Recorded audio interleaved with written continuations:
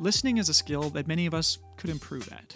One of the quickest ways to sense the emotional maturity of another person is to observe how well they listen to you. Many people with low self-worth feel that they will only be worthy of love if they make conversation or say things that evoke a certain reaction in other people.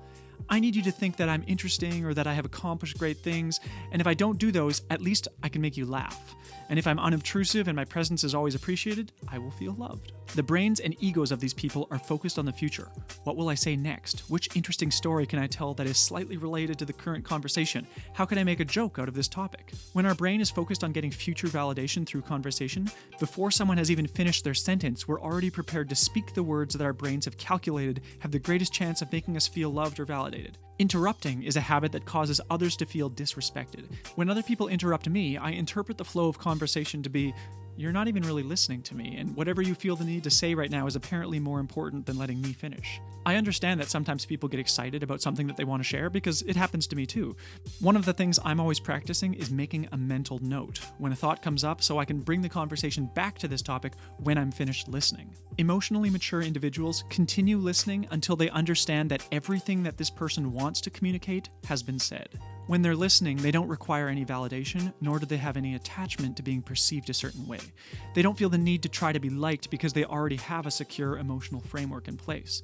They already know that they're loved by the people that they allow into their inner circle. If the person that they're talking to finds them boring and shows this with their body language or restlessness, emotionally mature people are able to move on with their day without being stressed that they weren't perceived in a favorable way. They already know what conversations with emotionally mature people are supposed to feel like, and they'll make a point to not start a conversation with this person again. How can you become a better listener? Practice letting go of the need to speak immediately when someone else stops talking. Channel your inner introvert and try to find a calmness in the silence that follows a sentence. It might make you feel anxious, and that's the entire point of this video series. Allow yourself to sit in the anxiety so that you can prove to your brain that you won't die. Practice repeating back to them what you've been told in your own words. It's another way of making someone feel loved. It's quality time when someone knows that you're really hearing what they have to say.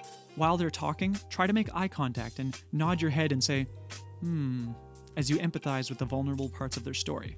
If you notice yourself interrupting someone else, just say, "Oh, sorry, I didn't mean to interrupt you. Please continue." The more you're able to observe how often your brain goes into autopilot and interrupts people, the easier it will be in the future to catch yourself before it happens. And now you're on your way to becoming a better listener and making other people feel safe to be vulnerable around you.